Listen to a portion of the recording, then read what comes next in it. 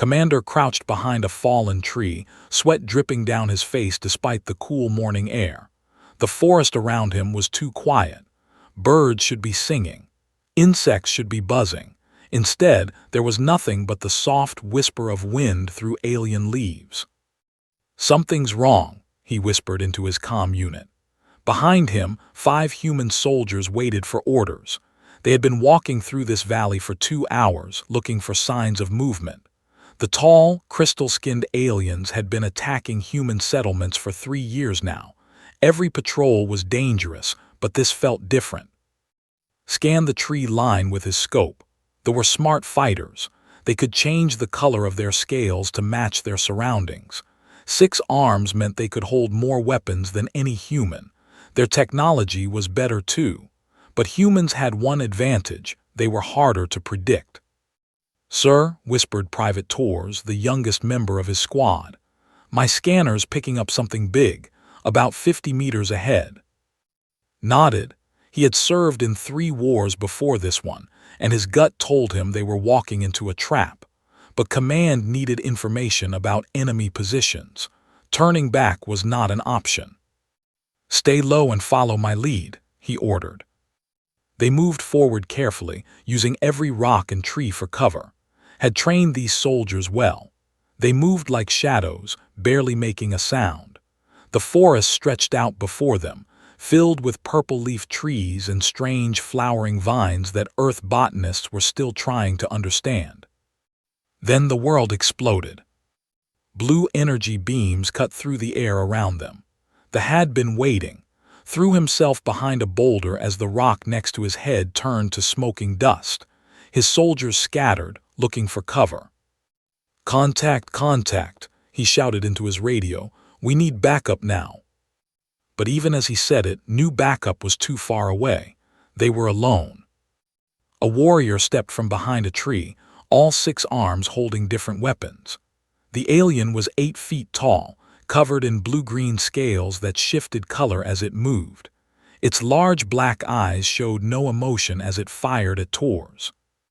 Shot first. His rifle sent 3 bullets into the alien's chest, dropping it instantly. But there were more, too many more. "Fall back," he ordered, fighting retreat to the ridge. His soldiers were good. They moved and fired, always covering each other. But they kept coming. Energy beams burned through trees around them. The smell of ozone and burned wood filled the air. Corporal Washington took a hit to the shoulder and screamed, grabbed him and half-carried him toward higher ground. Blood soaked through Washington's uniform, but he kept fighting. "Sir," Lieutenant Hayes called out, "there's something here." Looked where Hayes was pointing. Hidden behind a cluster of rocks was a silver pod about the size of a car. It was clearly technology, covered in the same crystalline patterns as their weapons. Strange lights blinked along its surface, but some of them were flashing red. "Leave it," ordered. "We need to move." But Hayes had opened a panel on the side of the pod. His face went pale. "Sir, you need to see this." Against his better judgment, looked inside. 3 small creatures floated in a clear liquid.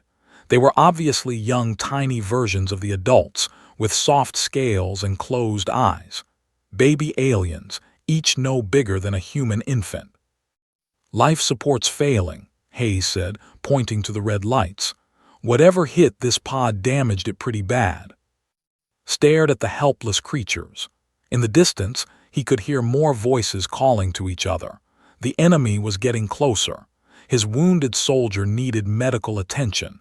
Every second they stayed here was another chance to die. But these were Bobbies. They had done nothing wrong. They did not choose to be born into this war. "We're leaving," Lieutenant Hayes said firmly. "Command would court-martial us for helping the enemy." Knew Hayes was right. Military law was clear. The mission came first. Human lives came first. These aliens would grow up to be warriors who might kill his soldiers someday. But as he looked at the tiny creatures, thought about his sister's baby back on Earth. Little Sarah, only 6 months old, who smiled whenever she saw him. These alien Bobbies looked so helpless, so innocent. How could he walk away? "Sir," Torres called out, "they're flanking us from the left." Energy beams cut through the air closer than before. One of them hit the tree above's head, sending burning bark down on him. They were only minutes away from surrounding them completely. Made his choice. He reached into the pod and carefully lifted out the emergency container holding the 3 bobbies. The metal was warm against his hands. Warning lights flashed faster as he disconnected it from the main system. "What are you doing?" Hayes demanded. "Something stupid," replied. He tucked the container against his chest and started running. Behind him, his soldiers followed, but he could hear Hayes cursing over the comm. The lieutenant was a good officer, but he did not understand. Some things were more important than orders. An energy beam hit in the back, burning through his armor. Pain shot through his body, but he kept running. The container with the bobbies was heavy and it slowed him down. More shots came closer. "Leave it, sir," Washington called out, even though he was wounded himself. "They're not worth dying for." But could not leave them. As he ran through the forest with alien bobbies pressed against his chest, he knew he was probably going to die. His squad would probably die too. Command would call him a traitor for helping the enemy. But when he looked down at the peaceful faces of the sleeping bobbies, knew he was doing the right thing. Some choices went beyond military duty. Some choices came from the heart. The forest around them burned with alien energy fire as they ran toward an uncertain future. Pressed his back against the cold cave wall, trying to catch his breath. Pain shot through his wounded shoulder every time he moved. The burn from the energy weapon had cut deep, and blood soaked through his torn uniform. But he was alive, which was more than he had expected an hour ago. The chase through the forest had been brutal. His squad had gotten separated when they cut off their escape route. Had no idea if his soldiers were alive or dead. Right now, all he could do was focus on staying hidden in this cave system and keeping 3 alien bobbies alive. The emergency container sat beside him, its warning lights blinking faster than before. The red glow cast strange shadows on the cave walls. Did not need to be an engineer to know the life support system was failing. Whatever power source kept the bobbies safe was running out. He opened his field kit with shaking hands. Inside were basic tools, medical supplies, and emergency rations. Nothing designed to keep alien life forms alive, but had always been good at fixing things. His father had been a mechanic and growing up, had learned that any problem could be solved with enough creativity and stubborn effort. The container's control panel was covered in symbols he could not read, but the basic layout was familiar enough: power input, temperature control, some kind of filtration system. Universal engineering principles, even if the technology was different. Pulled out his portable battery pack and studied the connection points. The alien plugs did not match his equipment, but copper wire was copper wire. He stripped cables with his combat knife and started connecting circuits. Sparks flew when he made the first connection. The container's lights flickered, then stabilized. Held his breath as the temperature readings shifted from red to yellow. Not perfect, but better. One of the bobbies stirred in its fluid. Found himself staring at the tiny creature. Its scales were soft and colorless, nothing like the armored warriors he had fought. Small arms moved slowly through the liquid.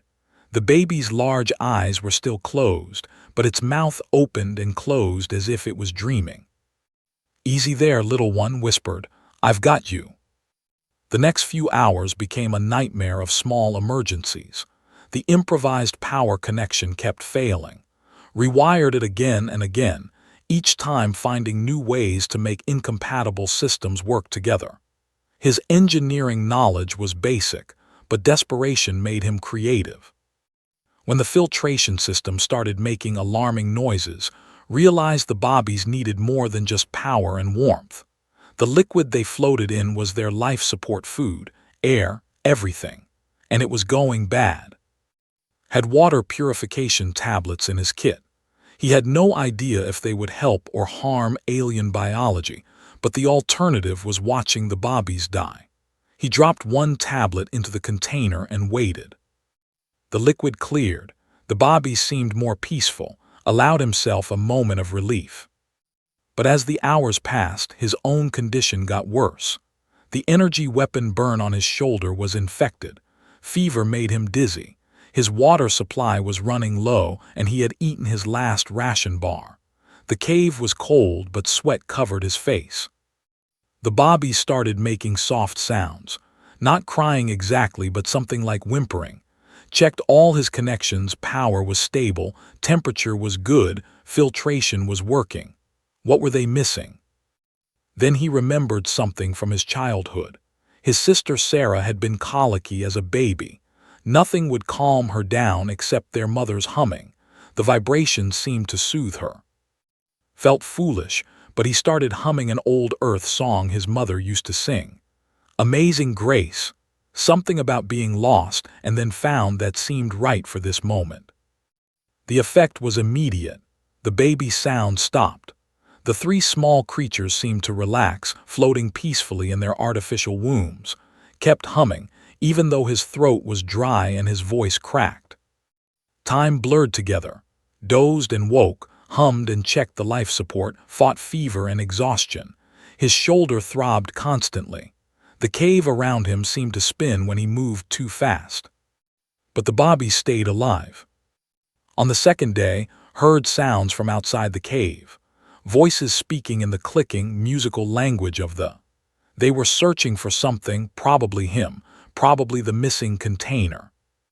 Checked his rifle. He had one full magazine left, maybe enough for a final fight. But he was weak, wounded, and outnumbered. When they found him, he would die. The only question was whether he could protect the bobbies until the end. The voices got closer. Could see lights moving outside the cave entrance. His hand tightened on his weapon, but he kept humming softly to keep the bobbies calm.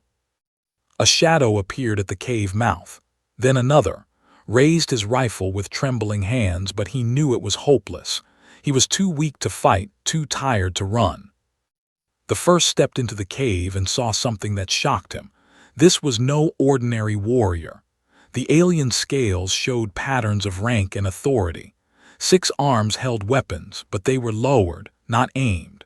Most surprising of all, the large black eyes showed what looked like desperate worry. The alien saw the container and made a sound had never heard before, something between a gasp and a song.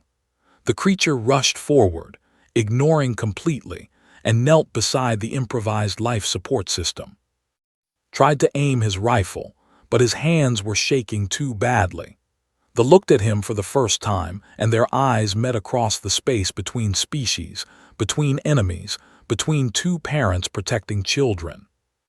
The alien scales shifted color from the blue-green of a warrior to something softer, more complex, colors that somehow understood even though he had never seen them before. Gratitude, wonder, something that might have been respect. The reached out one hand toward, then stopped. It looked at the jury-rigged life support system, at the peaceful bobbies, at the human soldier who had risked everything to keep them safe.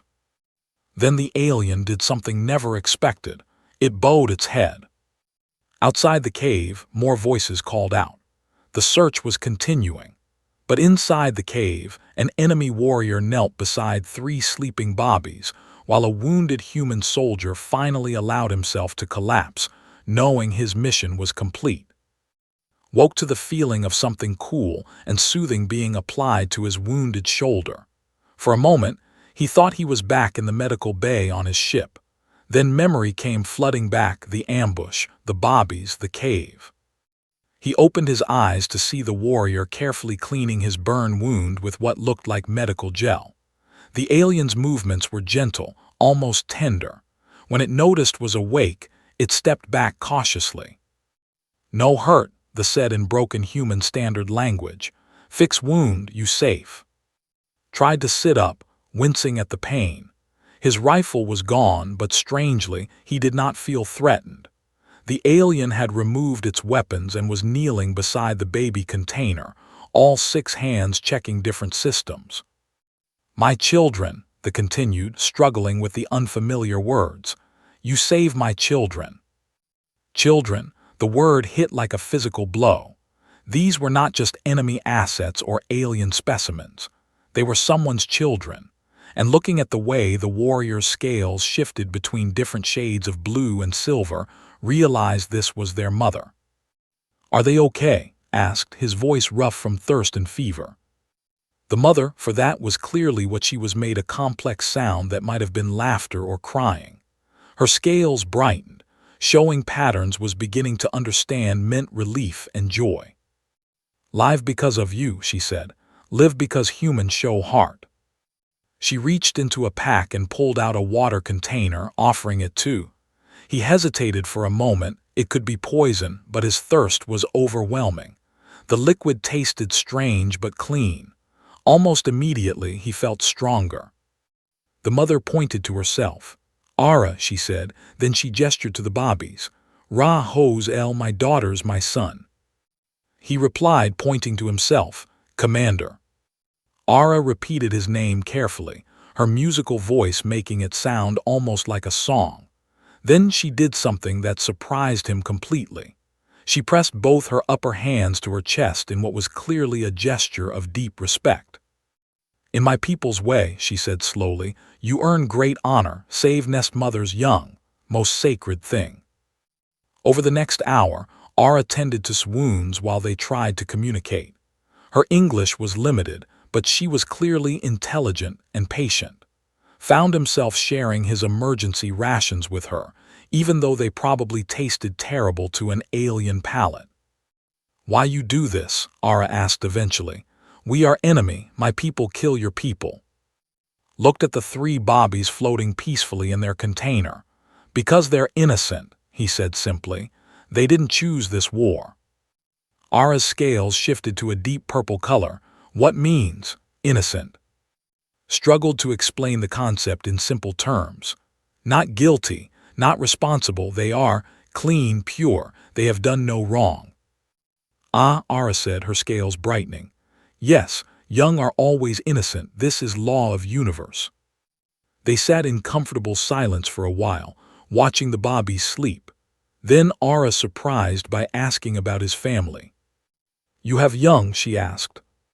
"No," said, "but my sister has a baby, Sarah, she's—" He struggled to find simple words. "She makes me happy.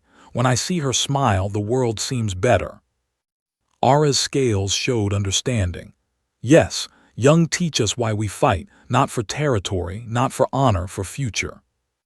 That opened a conversation that lasted hours. Slowly, carefully, they shared their stories. Ara told about a beautiful planet that was dying. Volcanic activity had poisoned the atmosphere. Birth rates were dropping.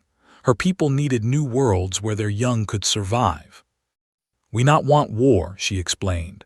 "But councils say humans are aggressive, say you want to destroy us, say we must fight or die." Felt a chill that had nothing to do with the cave's temperature. "Our government told us the same thing about your people.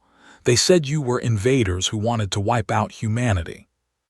Ara's scales shifted to what was learning meant confusion and distress. But if both stories false, then why we fight?" Thought about the politicians back on Earth who spoke about the threat while voting for bigger military budgets. He thought about the defense contractors who made billions selling weapons. He thought about the generals who built careers on successful campaigns. "Maybe," he said carefully, "maybe some people want us to fight.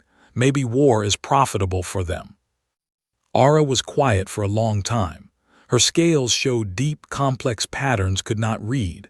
Finally, she spoke. "My mate died in first battle," she said. "Good male, gentle with young. He believed council words, humans are monsters who kill bobbies. He fight to protect our people." "I'm sorry," said, meaning it. "And now," Ara continued, "I learn human risk life to save bobbies. My mate die for lie. Your soldiers die for lie. Many die for lie." The weight of that realization settled between them. 2 species, manipulated into destroying each other by leaders who profited from the conflict. Parents on both sides losing children to a war based on manufactured hatred. "What do we do?" asked. Before Ara could answer, they heard voices outside the cave, search teams calling to their leader.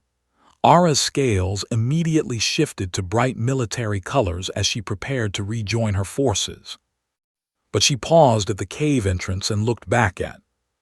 "By ancient law," she said formally, "you have nest right, sacred protection, no may harm you, you are, how you say, honored guest."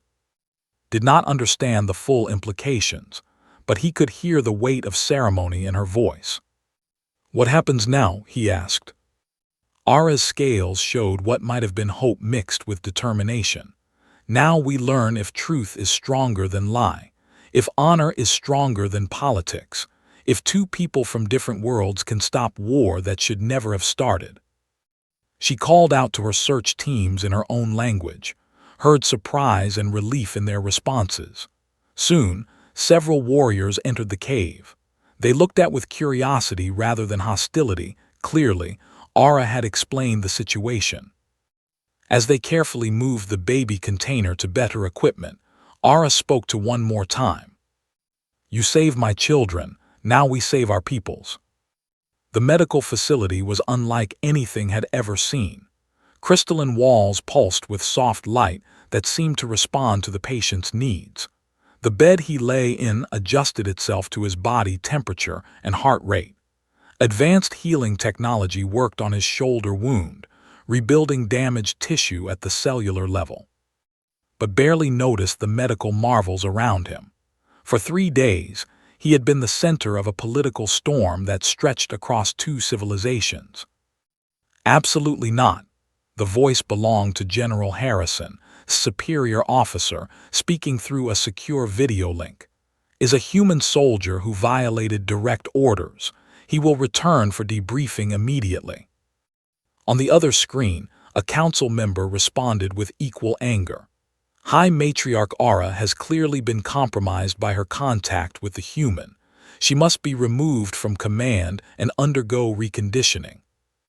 Watched the argument from his medical bed, feeling like a piece of meat being fought over by dogs. Neither government wanted to acknowledge what had really happened. The human military called him a traitor who had aided the enemy. The council accused Ara of being weak and emotional. The door to his room slid open and Ara entered. She had been visiting him every day, always bringing small gifts, exotic fruits from her, books written in both languages, recordings of music that somehow soothed his human nerves. "How are the arguments today?" she asked, settling into the chair beside his bed. "Same as always," replied. "Both sides want us to disappear so they can go back to their profitable war." Ara's scales showed the deep blue patterns now recognized as frustration. "My daughters ask about you every day. Ra has started making the sounds you made in the cave humming, you call it. Hose draws pictures of the human who saved them. Little L. She reaches for you when you are not there." Felt his chest tighten with emotion. Over the past week, he had spent hours with Ara's children.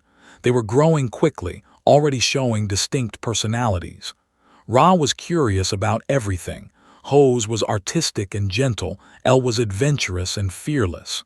They had accepted him completely, not caring that he was a different species. "They are amazing," said, "so smart and full of life."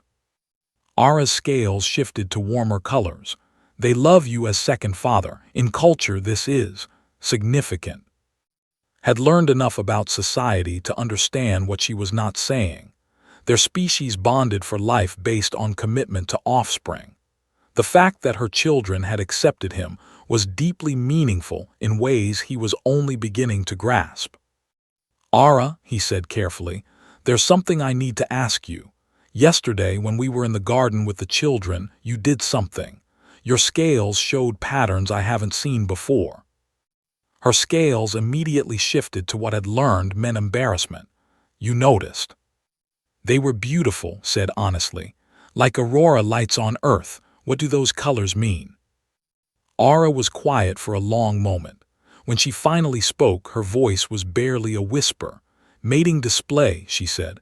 "Attraction patterns. I have never shown them to anyone since my mate died."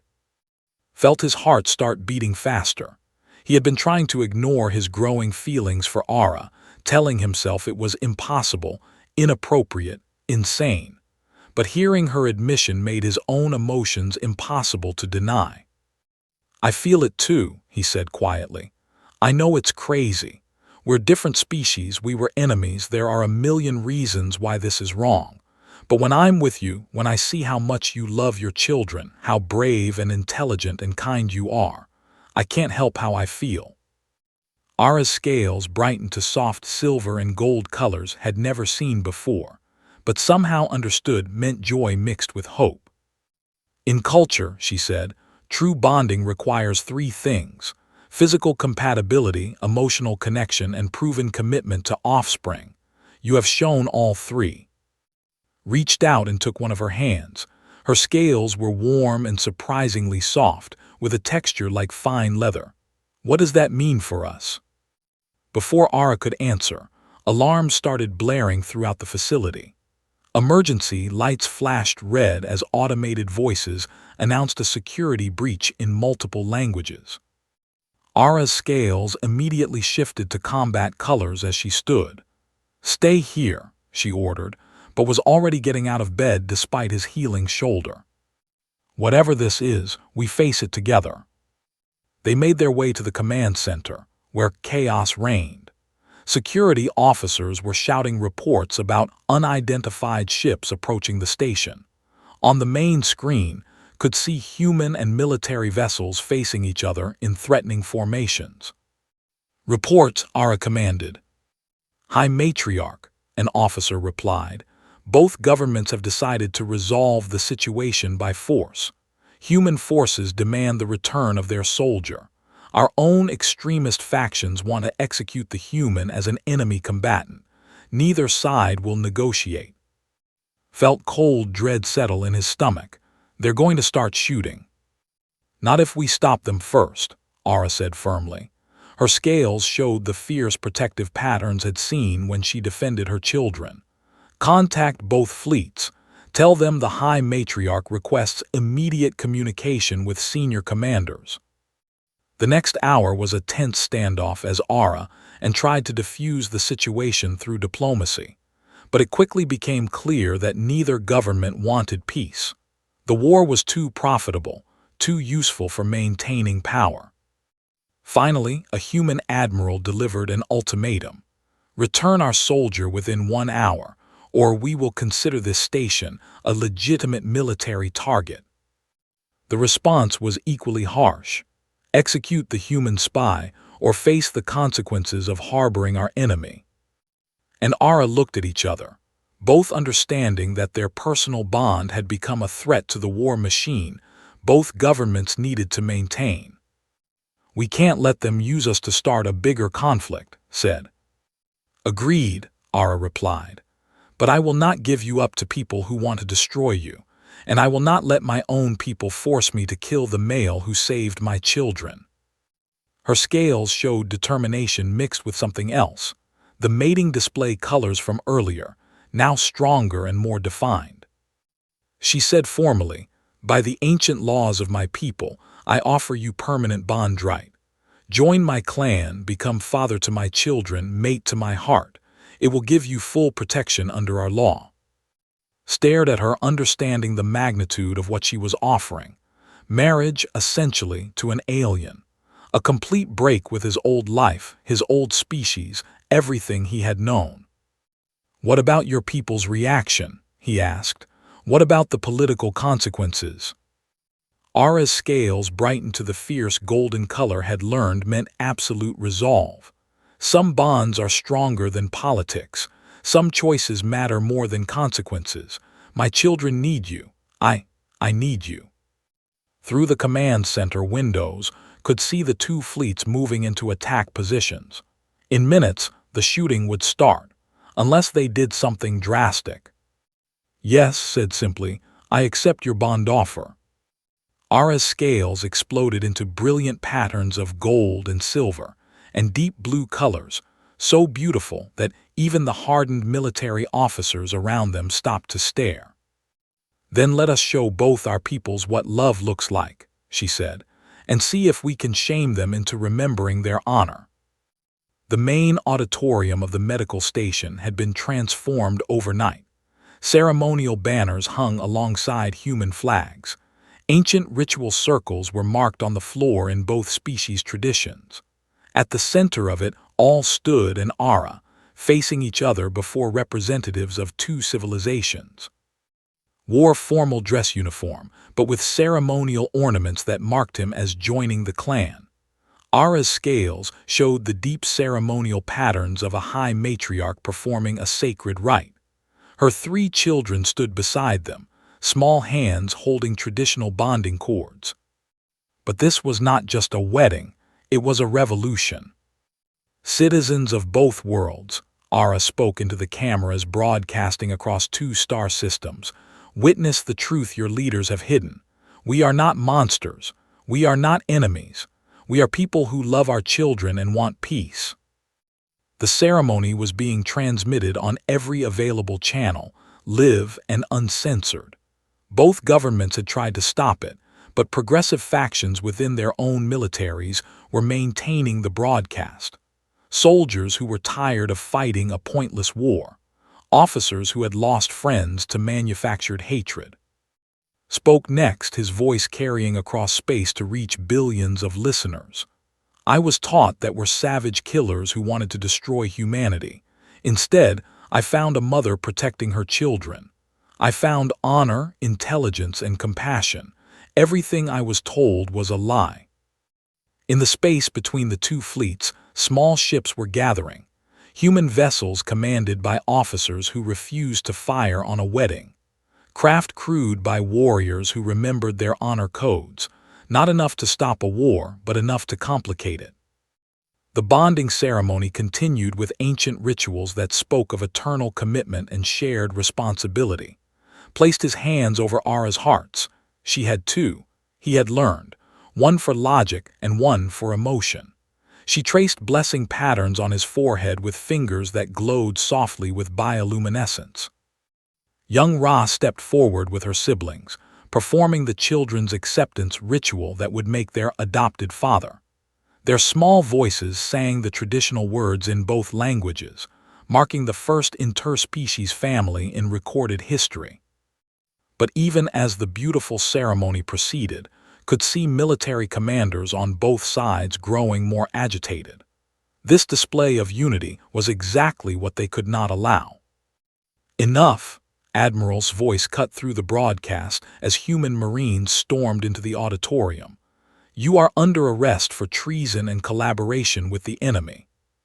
At the same moment, shock troops entered from the other side.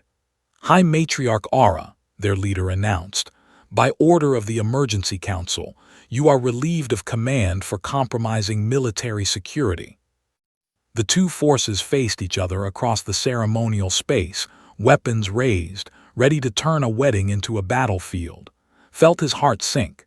They had come so close. Then something unexpected happened.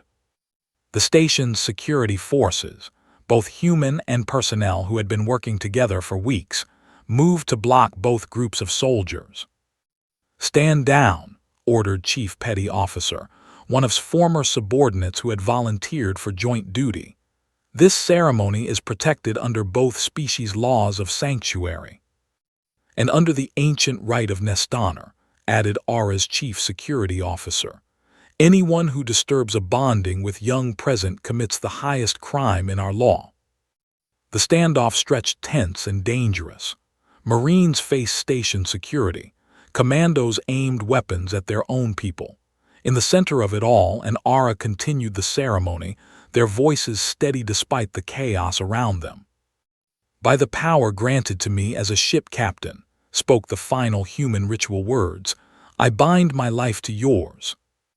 "By the ancient strength of the matriarch line," Ara replied "I accept your bond and grant you place in my clan."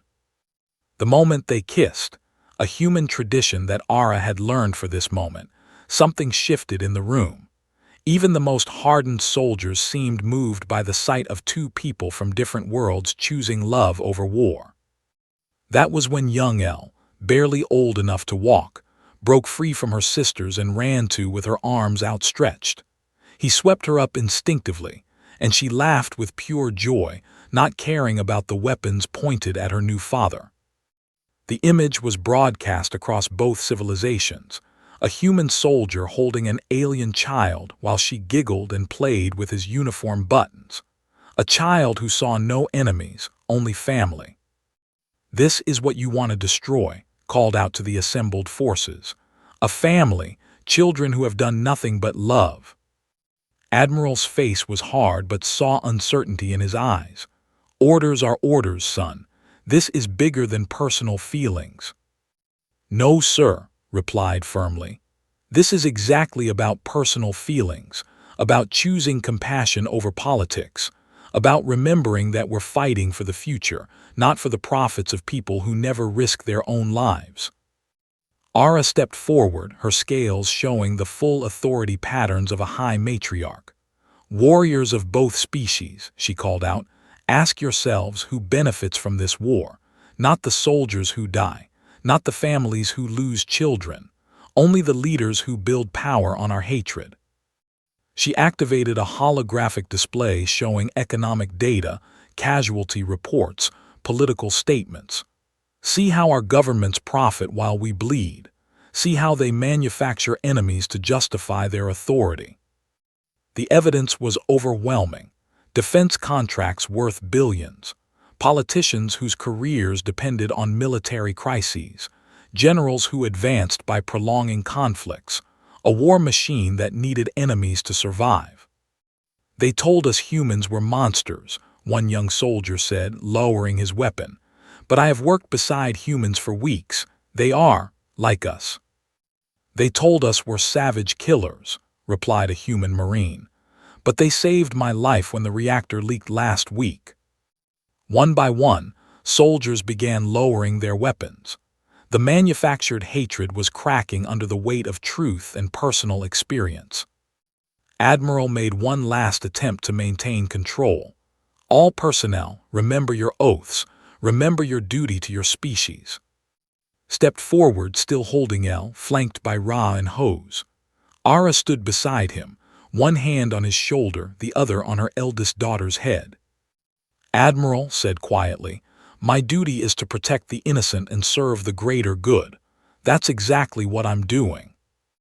The old man looked at for a long moment, then at the mixed crowd of humans and who had been working together, learning from each other, becoming friends despite everything their governments had told them. Finally, Admiral holstered his weapon. "Stand down," he ordered his Marines. "All forces stand down." The commander followed suit moments later. In the silence that followed, Ara's voice carried clearly across the auditorium and across space to both civilizations. "The bonding is complete, is now hen, father to my children, mate to my heart, and bridge between our peoples. Let anyone who would harm this family answer to both our species' honor." The cheers that erupted came from humans and alike, from the station crew and the watching fleets, from billions of citizens who had just witnessed something they had been told was impossible. 6 months later, stood in the garden of the first joint human colony. Children of both species played together in the alien sunlight, learning each other's games, sharing each other's dreams. His 3 daughters, for they were truly his daughters now, ran through the flowers with their human friends, their laughter mixing into something purely joyful. Ara approached from the council building, where she had been working with human and leaders to establish permanent peace treaties. Her scales showed the deep contentment patterns had learned meant perfect happiness. "How did the meeting go?" he asked, pulling her close. "Very well. The trade agreements are almost finalized. The cultural exchange programs are exceeding all expectations. And," she paused, her scales shifting to colors that made catch his breath. "And," he prompted. "And I have news," she said, placing his hand over her primary heart. "We are going to have another child, our first child." felt tears in his eyes as he kissed her. Around them, the colony bustled with the sounds of two species learning to build a future together. The frontier that had once divided them was becoming a bridge to something better. In the distance, Ra called out in perfect human English while Hose replied in fluent. Elle was teaching a group of human children how to make the musical sounds that were her species' form of laughter. The war was over, love had won. And in a garden under an alien sun, a family that should have been impossible was proof that some bonds are stronger than fear, stronger than politics, stronger than everything that tries to divide us. Some bonds are as eternal as the stars themselves.